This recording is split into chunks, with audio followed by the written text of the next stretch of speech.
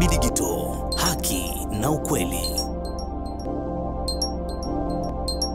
Je, unahitaji taarifa kamili na uchambuzi wa ndani zaidi? Jiunge sasa katika grupu letu la WhatsApp kwa malipo nafuu kabisa. Utapata uchambuzi wa kila siku, mchana na jioni, update za dunia kwa haraka zaidi, fursa ya kumuuliza maswali Rahby papo hapo na kupata majibu ya haraka zaidi kutoka kwake. Usikose nafasi hii adhimu. Jiunge sasa na uwe mbele ya taarifa kuliko wengine. Tupigie kwa simu namba 0654467177 au tuandikie ujumbe ni unge na Rahby. Tutakuunga moja kwa moja.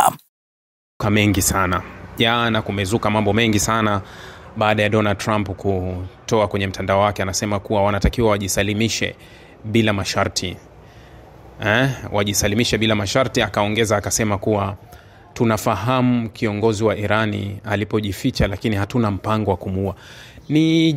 Nilifurahia jibu lililotolewa na Irani baada ya tishio la juzi kusema kuwa tuna mpango wa kumuua Khamenei. Alitoa jibu zuri sana, akasema kifo kwetu ni ushujaa, sidhani kama sisi tunaogopa kifo. Na alirudia kusema kauli kuwa tuna maelfu ya makamanda ambao wako tayari kulishika hili gurudumu kuendelea nalo. Kwa hiyo haijalishi unataka kumuua nani, sisi tuko vizuri sana, wala hatuogopi hicho kifo ambacho nyinyi mnahisi mnakiogopa.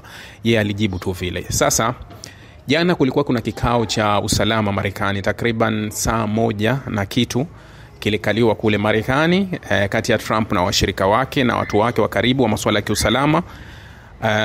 Baada ya kumaliza kile kikao, hakuna taarifa rasmi walioitoa kwenye vyombo vya habari. Hawakutoa taarifa yoyote rasmi, lakini baadhi ya vyanzo vikaanza kuonyesha kama Axios, nimeona the Bloomberg, lakini Wall Street Journal wameripoti, New York Times, kuwa vyombo vya habari vya Israel vilikuwa vimepasha taarifa kuwa Marekani ingeungana na Israeli haraka sana kwenye vita kuanzia jana. Na ikaripotiwa baadhi ya ndege za Marekani ambazo zilikuwa kwenye kambi za Bahrain na kambi za Qatar zilikuwa zimetoka kuelekea kwenye uwanja wa vita, na taarifa ikaonyesha kuwa kiasi Marekani alishiriki kwa mara ya kwanza, japokuwa amejiepusha kutumia kambi yake yoyote iliyopo Mashariki ya Kati kwa ajili ya kuishambulia Iran. Lakini ni kuwa Marekani ameonekana sasa yupo kwenye vita, ambapo hataki kutangaza rasmi, lakini ukirudi kwenye kauli za Donald Trump utaona kuwa anachokizungumza ni hicho. Wakati Donald Trump anasema kuwa tunafahamu kiongozi wa Irani alipo, ilikuwa ni kauli za Netanyahu kuwa Israeli inafahamu alipo. Sasa kama anasema tunafahamu, maana yake na yeye amesha jiunga. Sisi tunaishikilia, anasema sisi tunaidhibiti anga yote ya Iran. Sisi tunaikontrol anga ya Iran. Maana yake sisi ni wewe umo kwenye kundi hilo, yani kuwa na wewe umeungana kwenye hicho. Kwa hiyo ni wazi kuwa Marekani ameingia moja kwa moja kwenye hili. Muda mchache uliopita, kwa watu mnaofuatilia vyombo vya habari mbalimbali, msemaji wa Wizara ya Mambo ya Nje ya Irani, Ismail Baqai, alikuwa anazungumza na Al Jazeera. Nadhani mmemfuatilia Ismail Baqai. Nimechelewa kuzungumza na nyinyi kwa sababu nilikuwa nikimfuatilia, nilitaka kumsikia anazungumza nini. Kazungumza vitu vingi sana, lakini nikaona tena mwanadiplomasia mkubwa sana, yani anachokizungumza nikasema yes, Irani ina hazina kikubwa. Moja ya maswali yaliyobandikwa, kwa sababu kuna taarifa ambayo imekuwa ikizunguka kwenye vyombo vya habari muda mrefu kuwa Irani jana ilikuwa imeandaa makombora yake mengi, imeelekeza kwenye kambi za Kimarekani zilizo Mashariki ya Kati. Marekani wastani ana askari 50,000 Mashariki ya Kati. Ana military base nyingi sana hapo, zaidi ya 20 katika nchi tofauti tofauti, ambazo ukiangalia kijiografia ni kama zimemzunguka Irani. Sasa Irani alikuwa ameelekeza makombora kwenye bezi za Marekani zote, akisubiri kuwa ni bezi gani ambayo itaidhinisha mashambulizi kuja kwake kuwa aruke nayo yeye. Swali alioulizwa Ismail Baqai na mtangazaji wa Al Jazeera, anamuuliza kuwa je, ikiwa mtashambuliwa kutoka kwenye nchi yoyote ambayo ni jirani na nyinyi, mtafanya nini? Baqai anasema hivi: kwanza, sisi hatuna ugomvi na jirani yetu yoyote, na katika hawa jirani zetu wote, wote wametoa tamko la pamoja la kulani kile ambacho Israel na Marekani wamekifanya kwetu. Hilo tunaheshimu sana kwa hilo. Lakini sisi hatukusudii kuishambulia nchi yoyote. Tunachowaomba kuwa wana kazi. Anasema kuwa wana kazi kwa sababu wao wanafahamu kuwa hii vita sio yetu sisi, hii ni vita dhidi ya ustaarabu wa Mashariki ya Kati na dini yetu.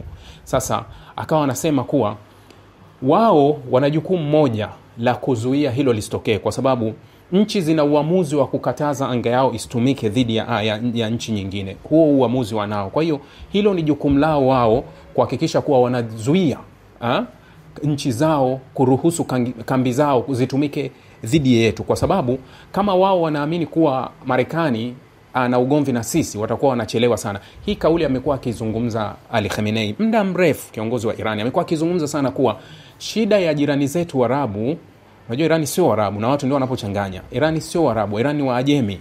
Irani ni Waajemi. Ajemi jamii yao hasa unaweza kuwachukua moja kwa moja kuwa asili Pakistani asili yao ni Waafghani wa Pakistani, ni asili moja inayoingilia nao Waajemi. Yani ni tabia fulani ambayo kuwa watu wenye ushujaa sana. Yani hii ni tofauti kidogo, umeona? Sasa akawa nakumbusha hii kuwa sisi hatuna ugomvi, kwa hiyo please na wao wanatakiwa wajiepushe na huu mkono. Kuwa amerudia kauli ambayo alizungumza Ali Khamenei mwaka jana wakati wanataka kufanya shambulizi la pili kwenda kwa Israeli baada ya Israeli kumuua Ismail Hania. Alisema Ali Khamenei, kiongozi mkuu wa Iran, kuwa hata kama hamtuungi mkono, mnakumbuka baada ya kuuawa Hassan Nasrallah alitoa hotuba ya live wakati vyombo vya habari vya Israel vimetishia kuwa Israeli itamshambulia Ali Khamenei wakati wowote, amejificha, anaogopa kufa. Akajitokeza hadharani akatoa hotuba ya 2 hours akiwa msikitini live anahutubia. Akawa anasema kama kuna yoyote mwenye uwezo wa kunishambulia hapa na tumuone kama anaweza alitoka live akahutubia 2 hours kwenye ile hotuba. Akasema, akawa anawaambia Waarabu kuwa kwa sababu ile hotuba alitoa katika lugha mbili. Alianza kuongea Kiarabu alafu akarudi akaongea Kifarsi, Kiajemi. Alikuwa anawaambia Waarabu kuwa ikiwa hamuwezi kuwa kwenye njia yetu, hamuwezi kutusaidia, basi msituchome visu vya mgongoni. Umeelewa hiyo kauli? Yani kuwa ikiwa hamuwezi kutusaidia, basi na nyinyi jiepusheni kutuchoma visu vya mgongoni. Kisu cha mgongoni ni kile alichokifanya Jordan jana, kuwa Irani anaporusha makombora, helikopta za Jordan zinasimama juu kuanza kupangua yale makombora yasifike kwa Israel. Hicho ni kisu cha mgongo. Kuwa yani wewe ya Israel yakirushwa kwa huku huyazuii, ambayo ila unazuia ya upande wa pili kwenda huku. Hicho ni kisu cha mgongo. So Bakai amerudia hiyo kauli, lakini akakwepa swali la kuwa je, wako tayari kuzishambulia hizo nchi ambazo zitaruhusu. Akakwepa, akasema kuwa sisi tutajibu kwa jinsi watavyofanya, lakini hatusemi kuwa kuna nchi tutaishambulia kwa kile kitachotokea. Sasa taarifa zilizokuwa za awali hapa leo zinasema kuwa makundi yenye silaha ambayo yanaunga mkono na Iran, yanaiunga mkono Iran, mfano kule Baghdadi kuna Kataib Hizbillah.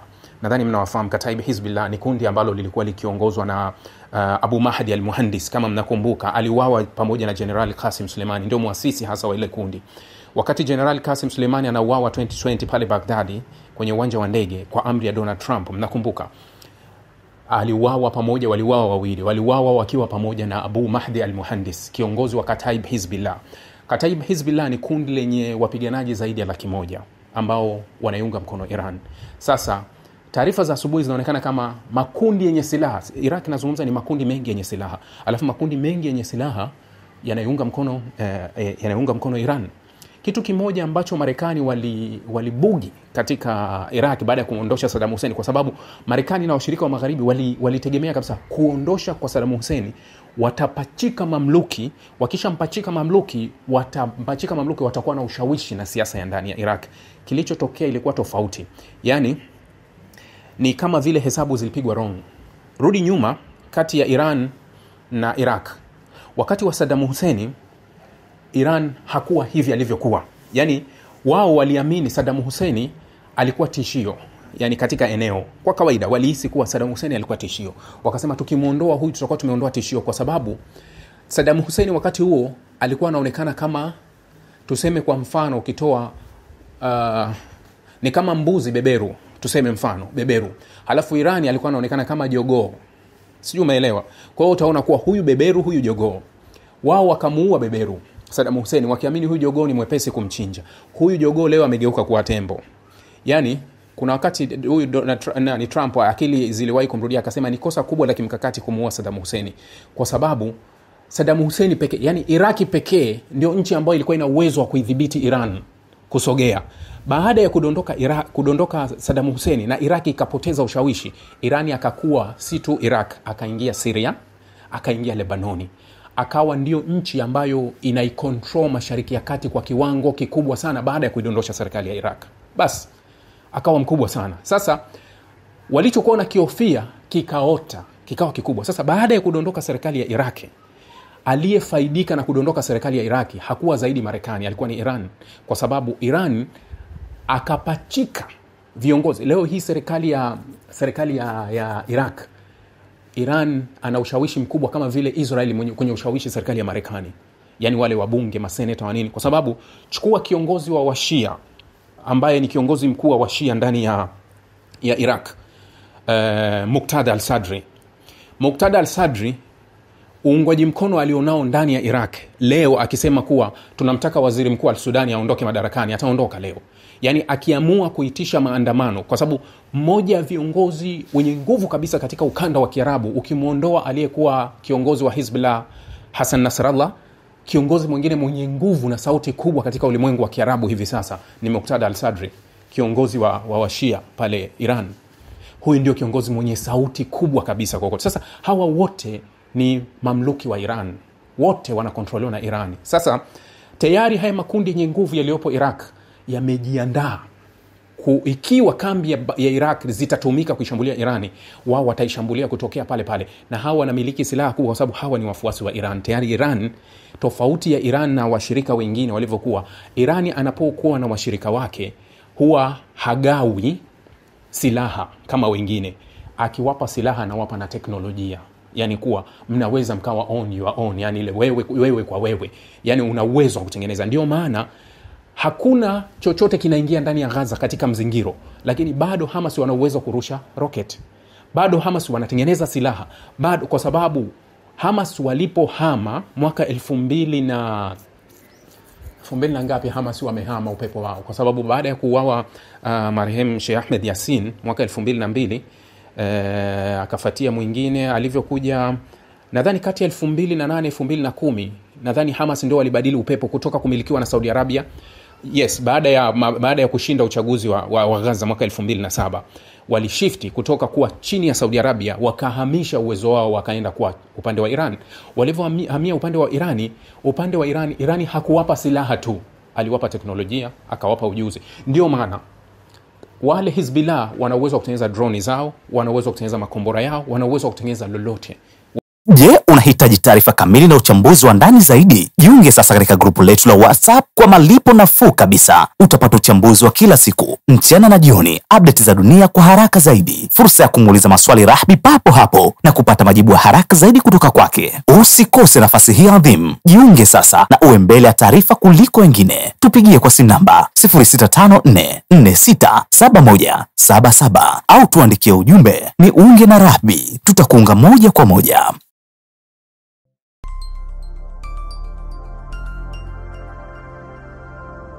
Rahbi Digital, haki na ukweli.